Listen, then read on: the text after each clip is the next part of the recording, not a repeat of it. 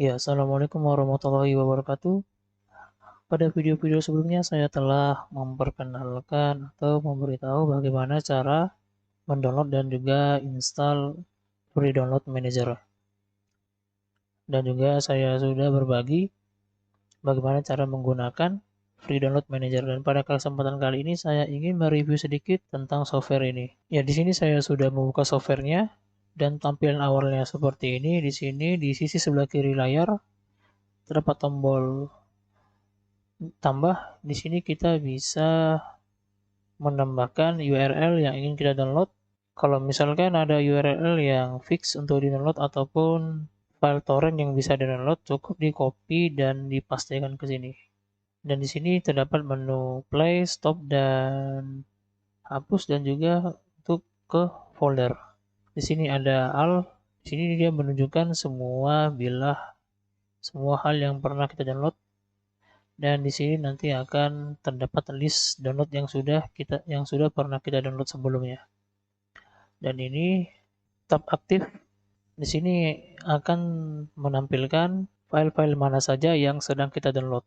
Dan di sini ada complete, tentu saja sesuai dengan namanya. File yang telah selesai kita download akan tersedia pada tab ini. Di sini ada torrent. Apabila Anda mau download dengan torrent akan dipisahkan di sini. Dan ada juga video serta musik atau audio. Di sini kita bisa menambahkan kategori yang ingin kita tambahkan. Contohnya di sini saya menambahkan dokumen.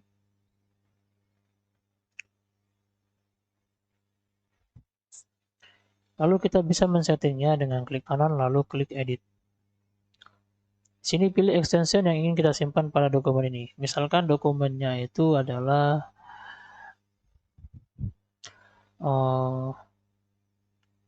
AVI atau MP3 ya. Seperti yang dicontohkan di sini juga bisa, atau kita ingin extension yang lain. Misalkan extension yang sering kita download adalah PDF.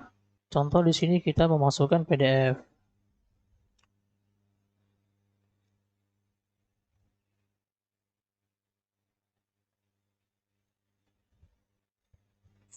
Lalu kita bisa memilih di mana file tersebut akan disimpan. Klik di sini lalu masuk ke menu download, tinggal pilih ke dokumen atau ke folder lain yang sudah kita sediakan. Karena ini dokumen, maka kita klik sini dokumen. Nanti setelah kita selesai mendownloadnya, dia akan tersimpan pada menu dokumen. Seperti ini. Folder dokumen, open. Tinggal diklik OK. Ini adalah default download foldernya. Download dokumen, OK. Nah, seperti itu. Dan di posisi kiri bawah, sini ada snail mode freeze bandwidth without stopping download.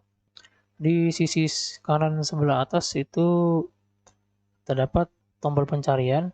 Kita bisa mencari file yang ingin kita cari di sini. Kalau misalkan kita sudah banyak download dan terdapat banyak file di dalam Free Download Manager ini, kita bisa cari sesuai dengan kalimat yang kita ingat. Dan di sisi lainnya ada main menu.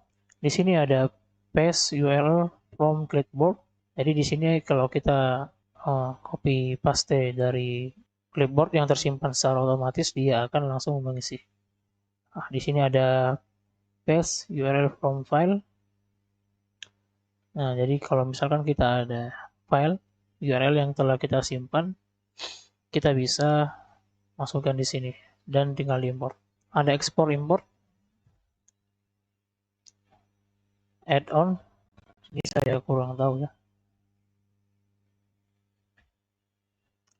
Preference, contact support, connect to remote FDM, create portable version, check for update, join the mosaic. Kalau join the mosaic ini seperti komunitas online yang menghubungkan antara pengguna FDM. Baik, dari sini kita masuk ke sebentar, ini ada about. Dan Free Download Manager yang saya download ini adalah versi ke 6.17.0.4792. Rilis tanggalnya itu di hari Kamis 18 Agustus 2022. Masih baru. freedownloadmanager.org dari tahun 2003 sampai tahun 2022. Baik, kita masuk ke preference. Di bagian pertama ada general, choose theme. Kita bisa memilih tema yang kita inginkan. Terdapat 3 tema, system, light, dark. Sistem ini menyesuaikan dengan sistem yang kita punya. Ada light seperti ini, ada dark. Saya lebih condong ke dark karena lebih smooth di mata. Dan ada pilihan bahasa, ada banyak, namun yang umum di Indonesia kita gunakan jelas bahasa Inggris. Dan di sini terdapat pilihan default download manager, default download folder ya. Di sini ada pilihan choose default, automatical, berdasarkan folder dari tipe atau berdasarkan URL. Di sini saya buat fixed default download folder. Saya pilih di download dan saya buat folder free download manager seperti ini. Jadi setiap hal yang kita unduh masuk kemari. Dan pembagian yang tadi untuk dokumen juga bisa kita alihkan ke sini ya. Di bawahnya ada download, compact view of download list, enable standalone download windows, automatically remove delete files from download list, automatically remove complete download from download list, automatically retrieve file download, use server time for file creation. Beberapa dari sini saya kurang mengerti ya. Namun di sini ada maximum URL count in batch download, itu maksimal 100. Ini adalah jumlah download yang maksimum kita gunakan. Bisa kita tambahkan sendiri sesuai dengan keinginan masing-masing.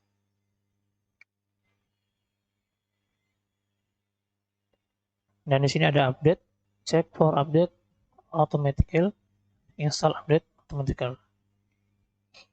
Bisa dicentang atau diuncentang.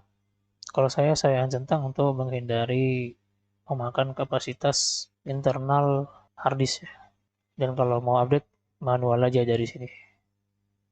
Di sini ada browser integration, jadi berfungsi untuk mempermudah kita dalam melakukan pendownloadan. Terdapat 6 browser, ada Microsoft Edge, ada Microsoft Edge download, ada Google Chrome dan ada Firefox. Ada juga yang lainnya seperti Opera, Vivaldi dan Brave. Di sini saya menggunakan untuk ketiga ini saja seperti download Edge, download Chrome dan Opera. Untuk menambahkan extensionnya tinggal klik salah satu browser yang sudah kita download atau browser yang kita gunakan, maka dia akan langsung beralih ke store extension ya namanya. Baik, di bawahnya lagi ada network ya. Tadi kita sudah melewati browser integration, di sini ada network. Di sini ada automatically catch download from browser. Ada intercept download in your web browser, dan di sini ada di bawahnya lagi ada start downloading without confirmation. Nah, di sini kalau kita mendownload tanpa perlu konfirmasi tinggal dicentang saja, jadi tidak perlu ada konfirmasi. Cuman bahayanya apabila kita mendownload file yang terdapat malware di dalamnya, maka kita tidak akan mengetahuinya. Lebih aman sih, bagus kita download dan kita konfirmasi. Di sini ada skip domain, tinggal pilih domain mana saja yang kita skip, yang tidak kita inginkan. Ada skip file with extension, don't catch download Smeltdown. Nah, ini mungkin jangan download di bawah 1 megabit. Bukan. Ya. Kalau kita centang mungkin kita nggak bisa download ya. Kalau filenya di bawah 1 megabit. Tapi kan nggak mungkin. PDF itu kan rata-rata di bawah 1 megabit. Use browser if you cancel download via FDM. Jadi kalau di sini, kalau kita lagi download, ya di bawahnya ini ada use browser if you cancel download via FDM. Jadi kalau teman-teman lagi mendownload terus tiba-tiba pada saat mendownload pop up dari FDM muncul, terus teman-teman cancelkan, maka otomatis pendownloadan akan dimulai dari browser punya teman-teman. Atau simpelnya file yang di-download akan menggunakan sistem pendownloadan dari browser punya teman-teman, baik itu dari Chrome, Opera maupun Firefox. Baik, di bawahnya ada network, ada proxy. Di sini saya kurang mengerti sama sekali sistem proxy bagaimana. Sepertinya bukan keahlian saya untuk menjelaskan ini. Namun kalau ingin coba-coba bisa. Dan sini ada traffic limits. Di sini ada download speed. Jadi di sini kita bisa batasi paling rendah berapa untuk mendownloadnya. Misalkan terendah kita bisa masukkan sekitar 4 mega. Di sini satuannya kilo ya. Kilo ke mega. Kalau di mega dia 4 mega. Jadi paling lambat dia kecepatannya 4 mega. Namun kembalikan saja ke standarnya. Jadi traffic limit ini nanti bisa disetting pada saat kita lagi proses mendownloadnya. Di lain waktu mungkin saya bisa tunjukkan bagaimana menggunakan traffic limit ini.